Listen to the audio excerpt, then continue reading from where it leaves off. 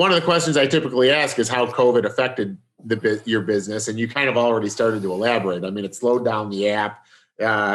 I'm sure it probably slowed down some business for you guys, right? I'm assuming more on a manufacturing level. Yeah. Explain the factories, the factory's on its third shutdown right now in Italy. That could cause some delays on the process.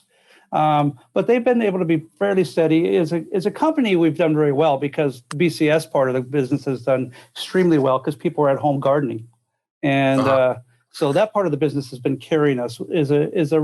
But since people are at home, a lot of them are mowing their lawns. They're not looking at, well, do I want to invest in a robot at this point? So I would say that COVID hasn't.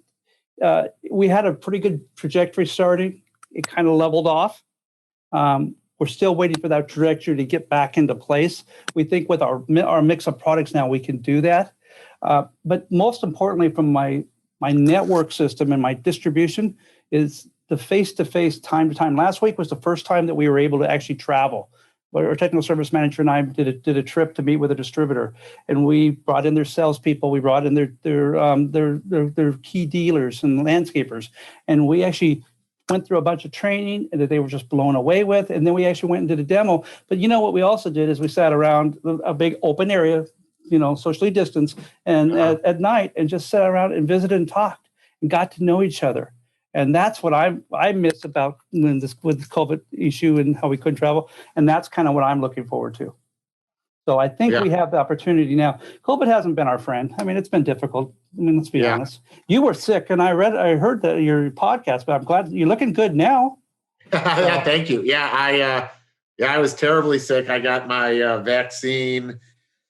I got my first vaccine just a couple of weeks ago or a week ago, and I get my second one on, I think it's April 14th or 15th. And I tell you, I was so sick from COVID.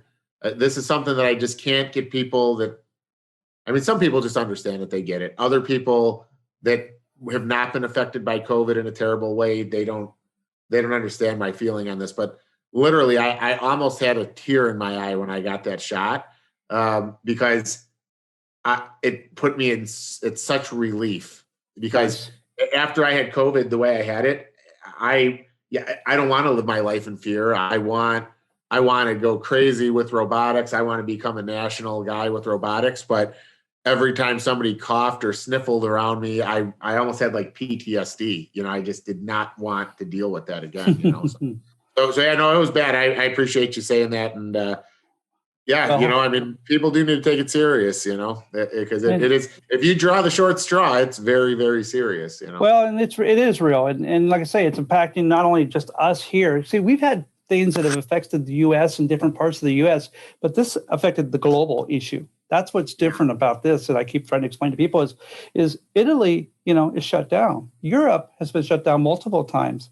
And that affects us as a whole. And so, I mean, we've had areas, we're just now starting to open up here on the West Coast. And it's still like, I'm a social person, even for personal stuff. I mean, Friday nights are pizza night at my house.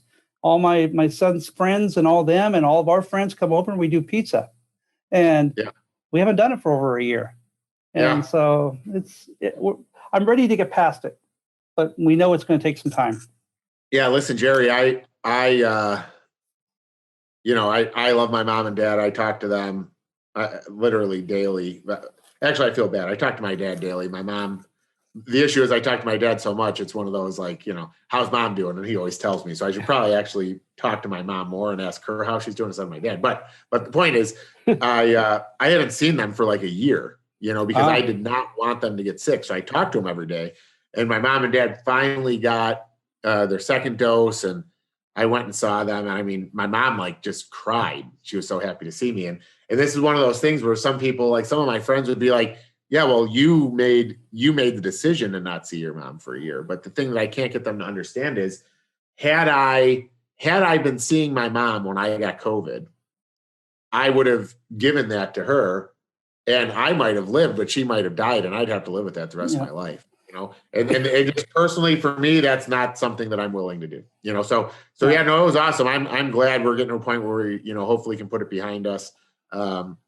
It's amazing that what we take for granted though, that we lost. That's Yes. what I took from away from it was it, things that I took for granted. I mean, I did no problem jumping on a plane. I had no problem with having friends and family over all the time. And all of a sudden, no, that's not happening. And, Yeah. you know, even coming into our offices, we were for quite a period of time there, we were all remote. And I like the interaction with people. And so it's been a challenge, but Yeah. I got my shot this week and I'm done. I did the one and done, and so now I'm waiting to see how that all comes together, and I'm ready to Yeah. go on vacation. Yeah. Well, good for you. Good for you. We all need it. So what, I always, if you listen to the show, and I know you do, I always talk about people's core values and, Hmm. you guys have some like core values, as far as like what you're trying to do and distribute it, like, or just personal ones, that Hmm. you and your team align yourself with. Well, and I'm very fortunate, and I keep going back to BCS because it's a very good company, company that I chose to work for because of the core values they have, and because they align with my personal core values, and that is, do the best you can. Obviously, we in our product line we focus on quality products that we would be comfortable with, but most on the personal level is do what's right, treat others like you want them to be treated, and do what's right. May not always make business sense, but we do what's right. And that's our core value is we're gonna work towards things. I mean, we don't know everybody makes mistakes along the way. Uh, If and then I'm the first one to say that I will make a mistake at some point, but I'll learn from it, we'll be better from it, and we'll go from it. But I'll also own up to it. And that's the cool part about the company. And then I feel personally is that I don't shy away from if we have a problem, let's deal with it. Let's figure out how to move forward because I want the relationship to be a long-term relationship. This is yeah. what we're doing. So I don't know if that's quite the answer, but that's kind of where I come from. Is it's personal. But yeah, that's a good thing about, there's no right or wrong answers here. This is the way you see it, and these are your values. So Yeah.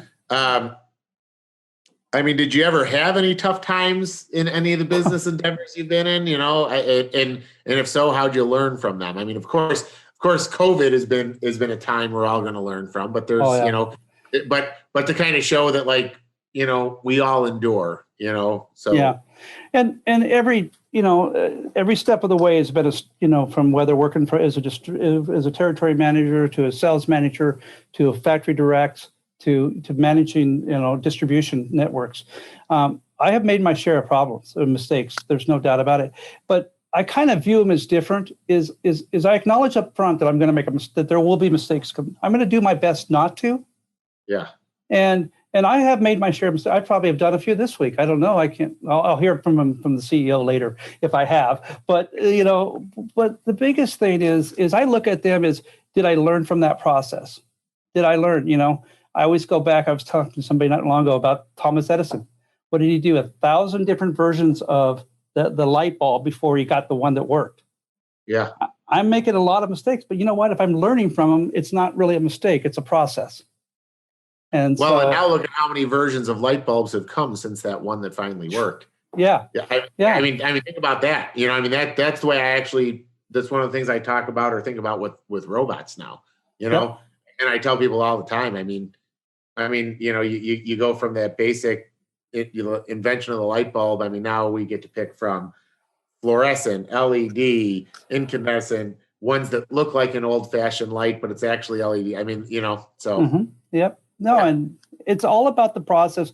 I'm kind of a positive person in most cases, Joe. I don't look at, I try not to dwell on a problem.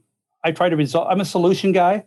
My wife calls me a sheep herder because I just, I want to resolve it and move on. And so I don't try to spend a lot of time, but I do try to figure out, okay, what went wrong? How could we fix it? How do I not make that same mistake?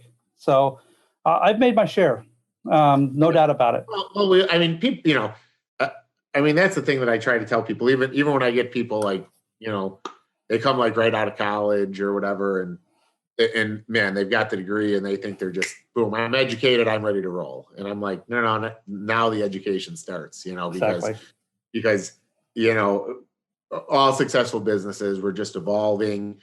One of the things I just had a conversation with a guy that buys robots for me today, and I told him like the thing about business too is like the successful people, I believe actually in some fashion, kind of keep it simple. Find what works, replicate, keep it simple. Every now and then you're going to want to replicate something that you'll see is your mistake, but the success is how quick you stop that replication. Yeah, exactly. We're not doing that anymore. Yeah. I mean, if you're making the same problems, then there's something to be dealt with there. But and there's a lot to learn. Experience is the best tool to learn process. I think your daughter made that comment in one of your videos. You were talking to her about going to college and having to come home, and then the differences of running the business versus what she was hearing in school. When you're really doing the job and on the front lines, it's a different game, and it's you will make mistakes, but you have to learn from them.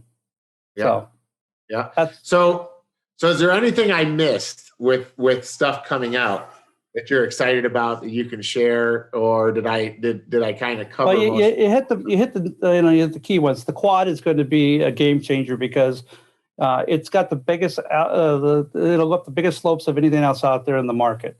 It's going to do almost more than 3/4, almost a full acre when it cuts. I mean, it's an amazing machine. That's exciting. The high cuts I expect the high cuts to actually take the place of the current 4.0s and 4.0 elites. Okay. We'll still have some, but I expect them to take the majority of the business because people want to grow grass a little taller. Yeah. And, it's not just a matter of growing taller, but you got to be able to take care of everything else when you do that. And, I think people are going to do it, even though, I'm real short, quick story is I'm one of those guys. I've always mowed my yard 3.5 inches. Got to have it 3.5 inches on my riding lawnmower. It's kind of, crazy. That's why I do it. When I put my robot in my yard, it only mows 2 3/4. I have it at 2 3/4 inches. Right now, it's about almost at 2.5 because it's spring and it's growing pretty fast. And I remember having some buddies over, and my backyard sloped up in the back, and I hadn't put the mower back there yet, and so I was running a regular lawnmower.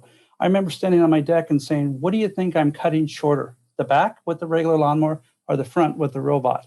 And they all thought I was cutting the back shorter because it wasn't as thick and it wasn't as healthy as it was with the robotic mower.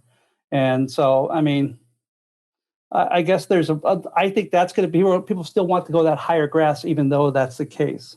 So I think it's going to be a big mower out. So we got those, but let's not lose sight of all the other products too. I mean, my 250 Elite S Plus is a bulletproof product. I mean, I'm lazy. I don't pick up sticks after we've had a big windstorm, and I should.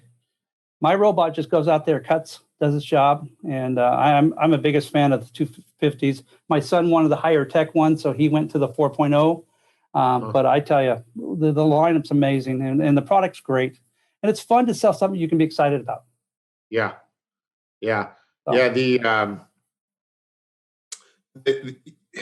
You brought up sticks and stuff, and that's something that always gets brought up by people is, what does it do with the sticks, or what does it do with the leaves? And I always tell people, I mean, no matter what lawnmower you're using, it's never really healthy to run all those things over anyways, so, yeah.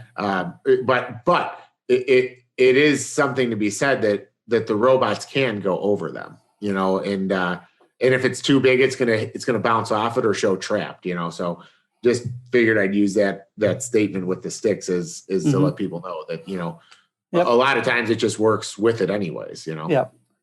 It doesn't like them. Okay. But it doesn't, Yeah.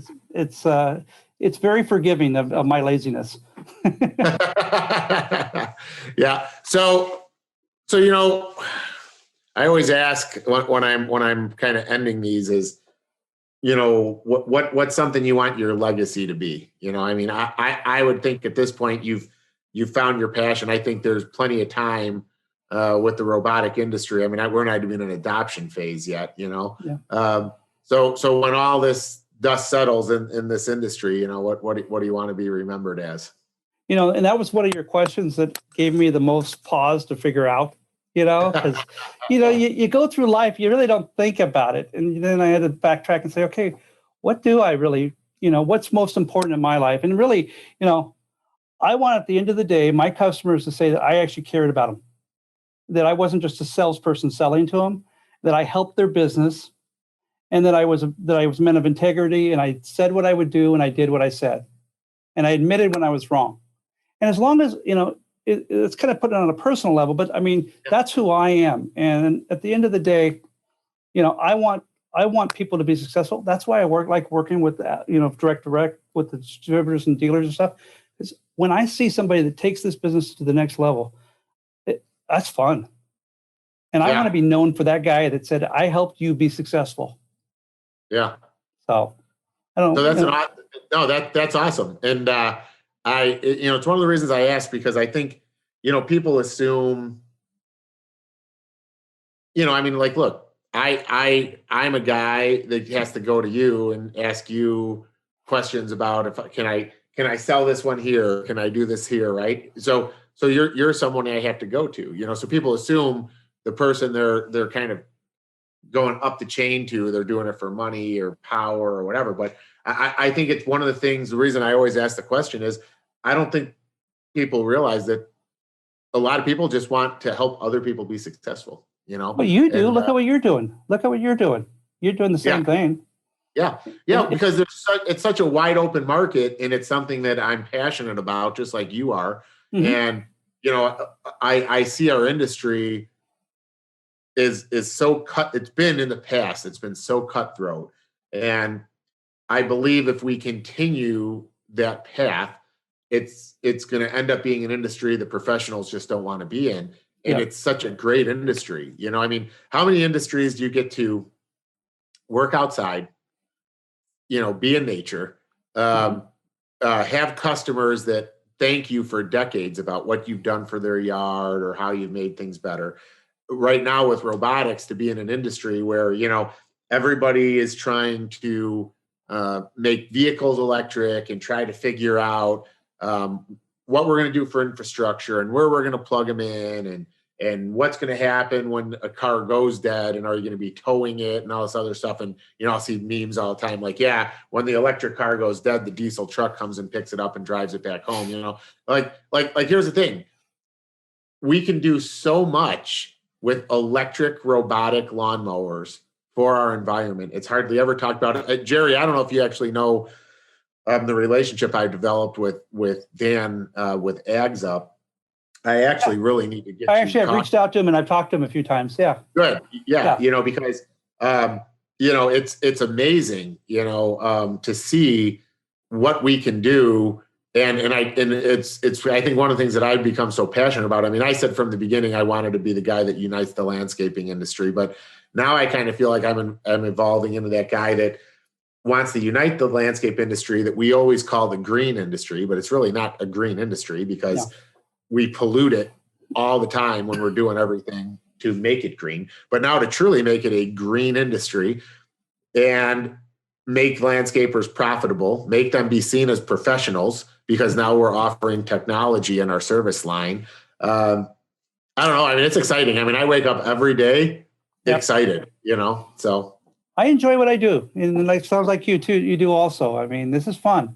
And it's fun to see where we're going. I mean, it's fun to be on this ride, because the industry as it is today is not going to be the same in 2, 3, 4, 5 years from now. No.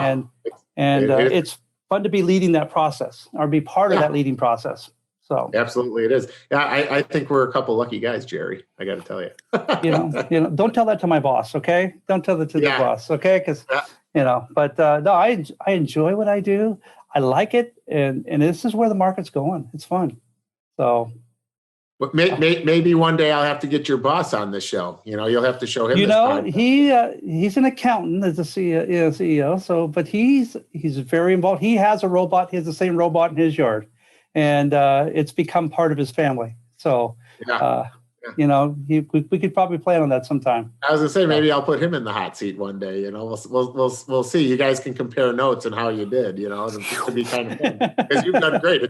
Honestly, Jerry, it's been a great interview. I mean, to wrap it up, I see huge potential, in our future. I was really excited to have you on the show. We always have great conversations anyways. And I hope you realized, I feel like people get a little nervous when they come onto a podcast, but hopefully you realize it was actually pretty easy, and this will be very easily shareable for you. You know, I hope you share it out to as many people as possible. We talked about some of the benefits of the mowers, and you know, it's what it's all about, is just to get everybody understanding the cool things that are out there, and all the cool things that are up there that are coming. You know? Well, thank you for the opportunity. I mean, because, you know, it's because of things like this that we can help launch the brand even more, because like I said, it's the best kept secret, and you're doing a great job of helping us get the word out there. So thank you.